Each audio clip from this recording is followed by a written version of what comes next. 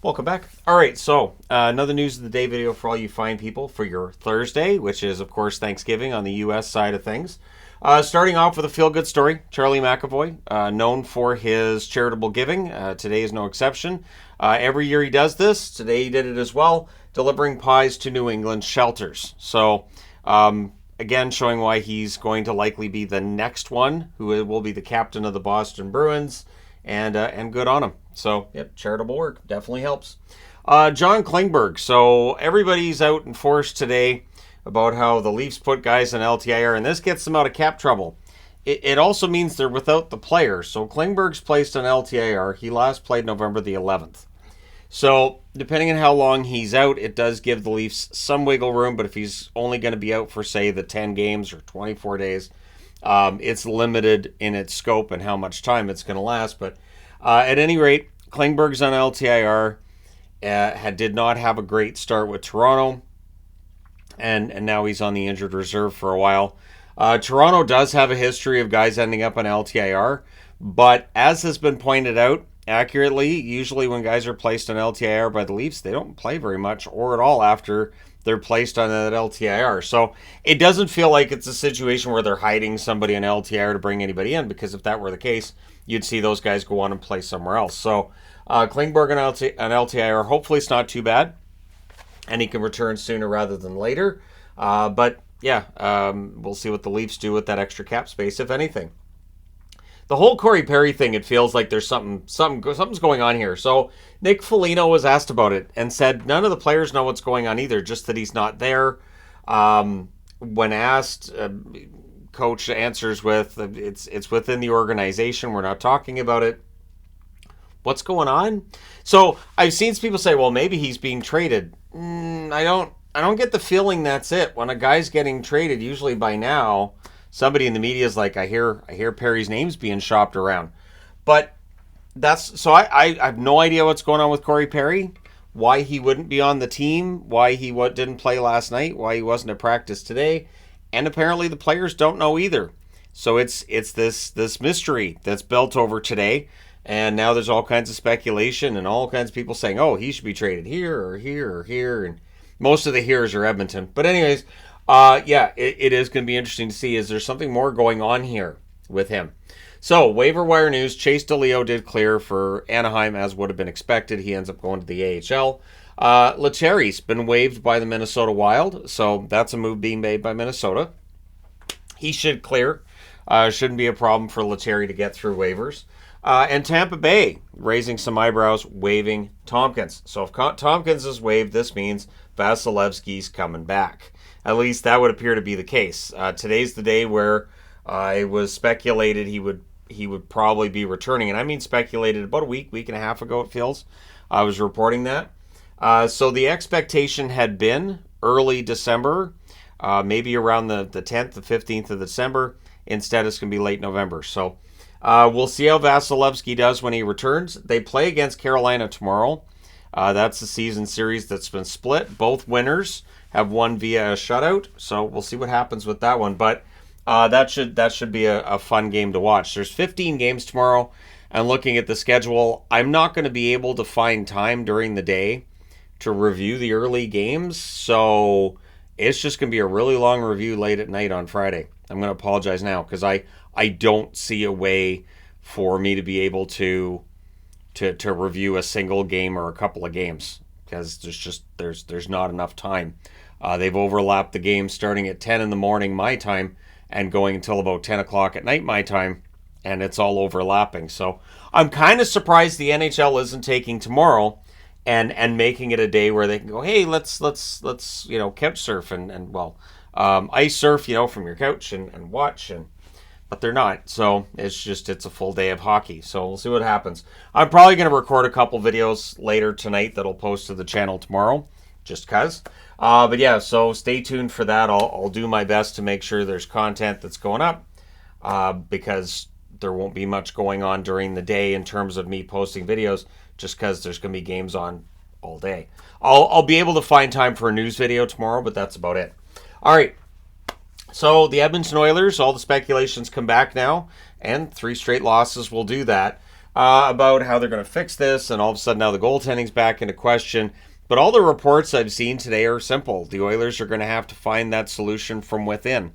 I know there are Oiler fans that are very vocal about how Ken Holland put this together. It should be on Ken Holland. I'm not going to say it shouldn't be, but it doesn't feel like that change is happening. And even if it is, let's just say that Daryl Cates says, all right, I'm gonna make this move, and he changes the GM. What would a new GM be able to do?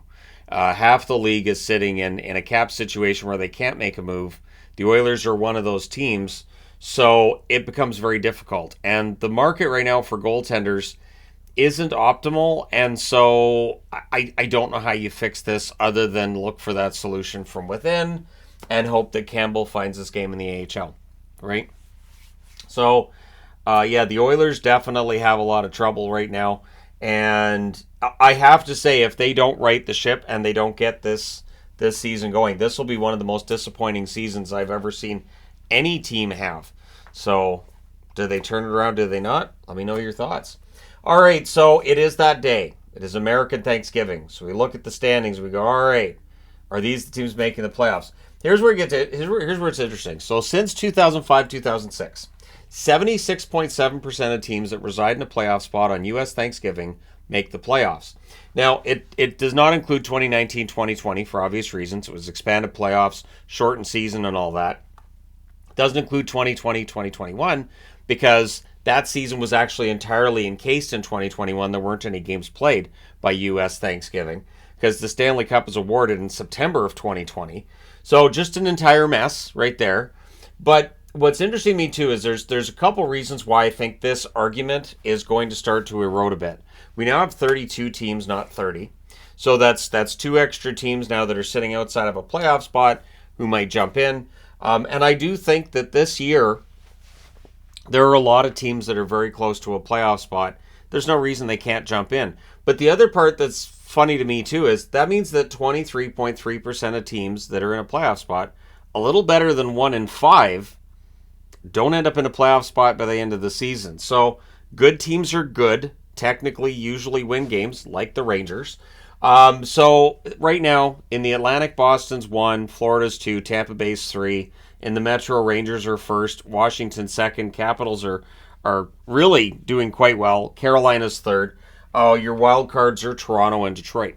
So if the playoffs started tomorrow, I think the Capitals and the Canes would be fun, but that Battle of Florida, right? And then depending on which division winner ends up having the better record, Toronto would either get the Rangers or Boston right now. Detroit would either get the Rangers or Boston, so that might be tough, right? And then out west, you've got Dallas leading the way in the Central, Colorado's second, Winnipeg's third, a very strong third. On the Pacific side of things, Vegas is number 1, Vancouver's number 2, and LA's number 3. Your wild cards are St. Louis and Seattle. Not all these teams are going to make the playoffs, obviously. So again, 1 in 5 would mean 3 of these teams fall out of a playoff spot, maybe 4. My guess off the top of my head, Seattle has not locked down a spot. St. Louis has had their inconsistencies along the way. And Vancouver have had a very good first quarter of the season. They need to be able to keep this going 62 more games. It is not easy. It's a long schedule. And then outside of that, the ones in the West, I think LA's pretty secure. Vegas should be pretty secure. Dallas, Colorado, Winnipeg, I don't see any reason that those 3 shouldn't be the top 3 teams in the Central. Out East, Toronto should be a playoff team. Detroit, it depends on the week, doesn't it?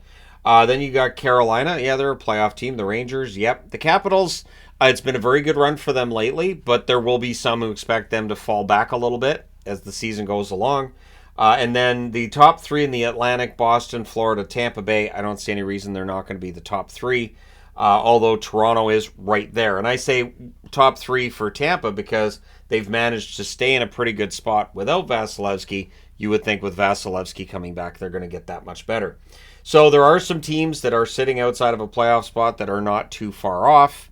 But again, that's the whole argument, right? Philadelphia is right there too. I mean, Philadelphia could very well jump above the line. I wouldn't count out the Islanders. Definitely not counting out New Jersey either. It's going to be fascinating to see how this turns out. And in the West, there are a number of teams that could turn it around. Calgary stands out as one. Nashville's won 3 in a row. They're at 8-10 now, but again, it's not like Seattle has this fantastic record where they're pulling away from everybody, and the Ducks are right there. So it's going to be fun to see how things go from here. Of course, I'll be here to report on it when it does, but let me know your thoughts in the comment section below as always. Which teams currently residing in a playoff spot, and I'll say 3. Which 3 that are currently sitting above a playoff spot, you can make it 4, but I'll say 3. Which ones end up dropping out? And which ones replace them? Let me know your thoughts. Don't forget to hit like and subscribe if you have not done so already. Thank you so much for watching, for all your support. I will talk to you again soon.